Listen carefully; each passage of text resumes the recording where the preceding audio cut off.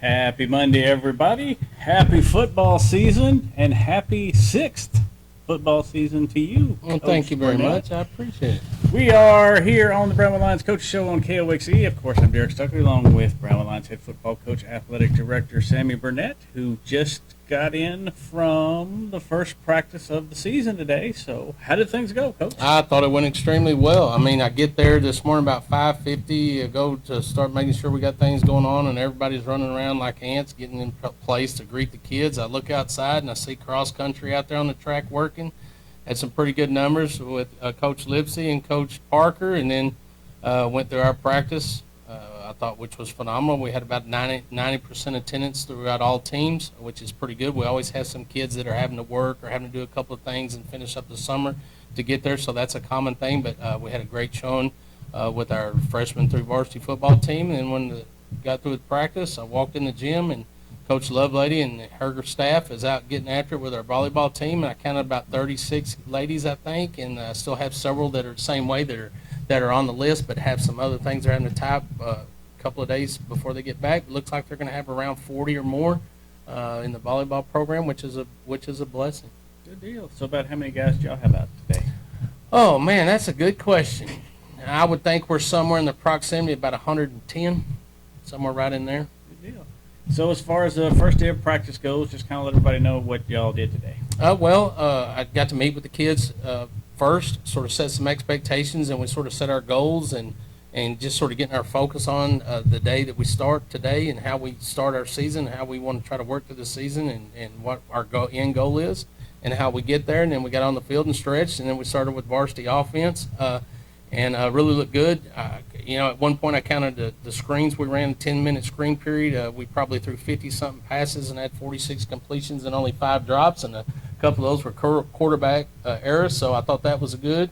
Watching our linemen work, we had some depth. We have about 5 or 6 bubble guys, which are basically JV guys that we think have the ability to play on Friday night. Not sure if they're ready for that, but we're going to give them an opportunity over the next couple of weeks to show us if they are ready, which will give us more depth. And I really was impressed with some of our younger guys and the way they went out there and went through drill work today. There's no contact. We're just in helmet and shorts, but understanding the rules and coach quizzing them about rules and them responding and being able to answer those rules is important.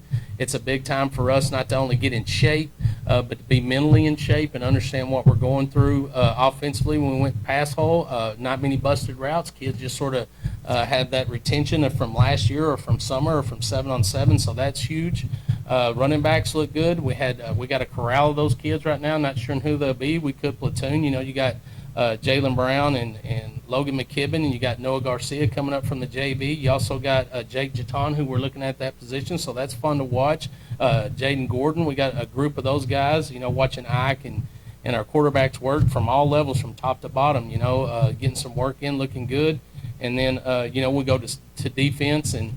Just watching drills and seeing the number of kids we have with opportunity. We have a couple of kids that are going about half speed right now with some surgeries that they had. They'll be back in about a week. And we have Weston Wolf, who's cut his foot, and he's coming out of stitches, and that thing still has to heal, so he's having to do some watching, but he's been able to get acclimated. But, going through pass hole and watching our secondary drop into coverage, handling motions and things like that, we're so far ahead right now than we've been in the past. I mean, it's just retention for the kids, and they're going out there and applying it. I mean, even when you look at last year when we went into the first couple of scrimmages with Decatur and Lampasas, I mean, we were very vanilla, learning what we're supposed to do, busting some assignments because it was new. It's not new anymore. It's just second nature to them. So it's nice to go out there. There was a whole lot less teaching today as there is as there's been in the past. So I think we're just way ahead of the curve right now. So it was really good to see. So what will happen the rest of the week of practice? Same thing. We'll continue what we did today tomorrow. We just flip it. We'll go defense first with the varsity, and our sub-varsity will go offense first, and then we'll finish with offensive session and our conditioning. Still working on install. What plays we did today, now we'll add more tomorrow. What calls we made on defense, we'll add some more tomorrow to get our game plan in or our playbook in that we feel we need going into the first game. Continue to work on that, continue to work on our conditioning. And then Wednesday we'll start adding some specialty, as in seeing who can snap, seeing who can punt, finding our 4 or 5 return guys on punt return and on kick return, and those kind of things.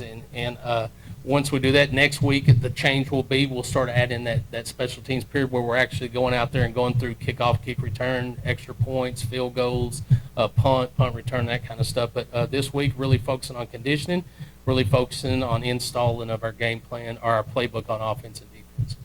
So for our first day, any big surprises? Anything happen out of the ordinary today? Or No, you know what I thought was a surprise to me? I thought what our varsity guys came in and do, their mindset, their willingness to go out there and work and learn and try to grow in where the areas that I want them to grow in and what I'm really focusing on them, talking to them about. They really focused on that and are working on that.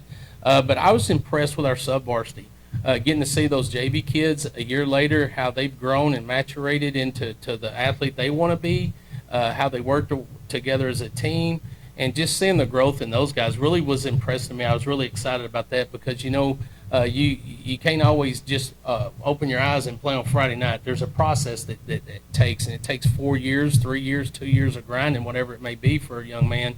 And to see those guys continue to grow and develop and see them grow in size and see them grow in strength and to see them grow in knowledge and go out there and just start executing on a day one was really neat. So I think my biggest surprise was watching our JV group. Okay.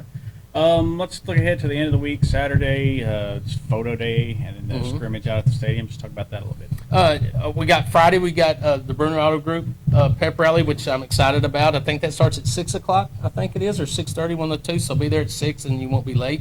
Or be there at 5:30. I'll be there, so we can visit or whatever. 4 o'clock. Yeah. So that's going to be a fun thing to do. Like I said, we'll announce the guys that I know will be on the varsity starting the season. Those bubble guys that are JV kids now that are trying to prove their point or the opportunity that they may have to play on Friday night, they won't be introduced. That's still a spot they got to earn and prove their coaches they can play. So those guys that we have penciled in as varsity guys right now, we'll introduce them Friday. It's going to be a fun time. And then Saturday we'll go media day, which is pictures for us at 7:30 at Gordonwood Stadium. We'll do all of our pictures with all classes. And then any media that's out there that wants to talk to the kids or coach or anything like that, we'll do that. And then once that's done, we'll transition into our varsity scrimmage. It won't be long. Be just enough that we have an opportunity to move kids around and get them on film. It's important that we get kids on film to see what bus they need to be on and what seat they need to be in. An example, I've been asked a lot, but when you got a guy like Quentin McCarty and Davis Lee and Logan Knight and Cole Miller, who were defensive players predominantly last year, starting on the offensive line right now, it's important that we put guys like Julius Lara and Weston Wolf and Robert Trowbridge across from them, and maybe Aiden Driscoll, a kid like that we're looking at that you want to put across from, see how they play against those guys. See how they can perform against what we feel is the best that we have right now. And at the same time, when you turn that around and you're putting a Cole Miller and a Davis Lee and a Quentin McCarty on defense, now we're moving those guys then that have grown from sophomore to junior or freshman to sophomore, giving them an opportunity to go out there and run some offense against those three guys. As we know, those three guys can play, up front. To see how they perform against them, that'll give us a good measuring stick or measuring tool on where they are if they can make that step up the ladder and go be able to play on Friday night. So that's always enjoyable and fun to watch, but it's very important for us. So it won't be long, but it'll be just enough that we can, as a coaching staff, see those and get them on film so we can evaluate them. As soon as we're done, we'll send them off, let them get cleaned up to do their thing for the rest of the day, and then we will take our sub-varsities and we'll mix them up. It's usually not a freshman JV inter squad. We usually mix them up and play a combined freshman JV squad, which we'll do that and let them have an opportunity to get out there and perform. And there's still guys that may not be on the bubble that are on the JV that we feel could have an opportunity to advance to the varsity and play on Friday night if they can show us what they can do, and we see that on film. So it's always an opportunity. I tell the kids, it's not where you start, it's where you finish. Where do you want to be? How are you going to get there? And those are just opportunities to do that. So we'll finish that somewhere around noon, I would imagine, 12:30, 1 o'clock, and then we're give them a break. And then at 6:30 at Camp Bowie out at the lake, we'll have our pool party and our coaches meeting where I get to introduce our new coaches to the parents and get just talk about the program and our expectations for our kids like we always do every year, and give them an opportunity to eat and have fellowship with the kids. And that usually means that coaches are getting thrown in the pool and things like that, but it's a good time. But we'll get to do that on Saturday night. Okay. before we leave football, of course, season tickets are also on sale. Yeah, again, they started again today. We didn't sell season tickets today. Lisa Hasso and her husband are going through some medical things, so our prayers are for them, and I hope everything is good and turns out well with what they have going on. So we closed down the office today for season ticket sales, but we'll pick that up tomorrow. That'll go through August the 3rd for current season ticket holders, 9 to 12, 1 to 4, and then August the 9th through the 11th, and then 14th through the 17th, we'll have new season tickets. For people that were not previous season ticket holders can get those, and that's the same time, 9 to 12, 1 to 4. And again, season tickets are $36 for the package because we have 6 home games. So, and then it has to be cash or check. We don't take credit cards. But we've had a great influx of people coming in getting their tickets. People excited about the season and the new start and the product that we're going to put out there. So it's a good time. Yeah. Of course, we mentioned volleyball and cross country a little earlier. You hear any feedback from the coaches today on how the first day went? I got to speak with Coach Lipsy and Coach Mosqueda about what they were doing with the girls. They were excited, thought it was a good day, and it's sort of second nature for them because they've actually started in the summer. They can go year-round, so they got to do a little bit more work in the summer. But really excited about where the girls are. I get to watch them a little bit. You know, we got some runners out there that are mature, that have been there a while. They're showing great leadership, and they're working really hard. So I'm happy for them and excited for them, and had a chance to stand and watch our volleyball teams with Coach Lovelady, and she, today's day one for her. She was gone as she'd been out of town last week. She had previous engagements that she had to honor, so she was gone, and today's really her first day to be around the kids. She's learning names.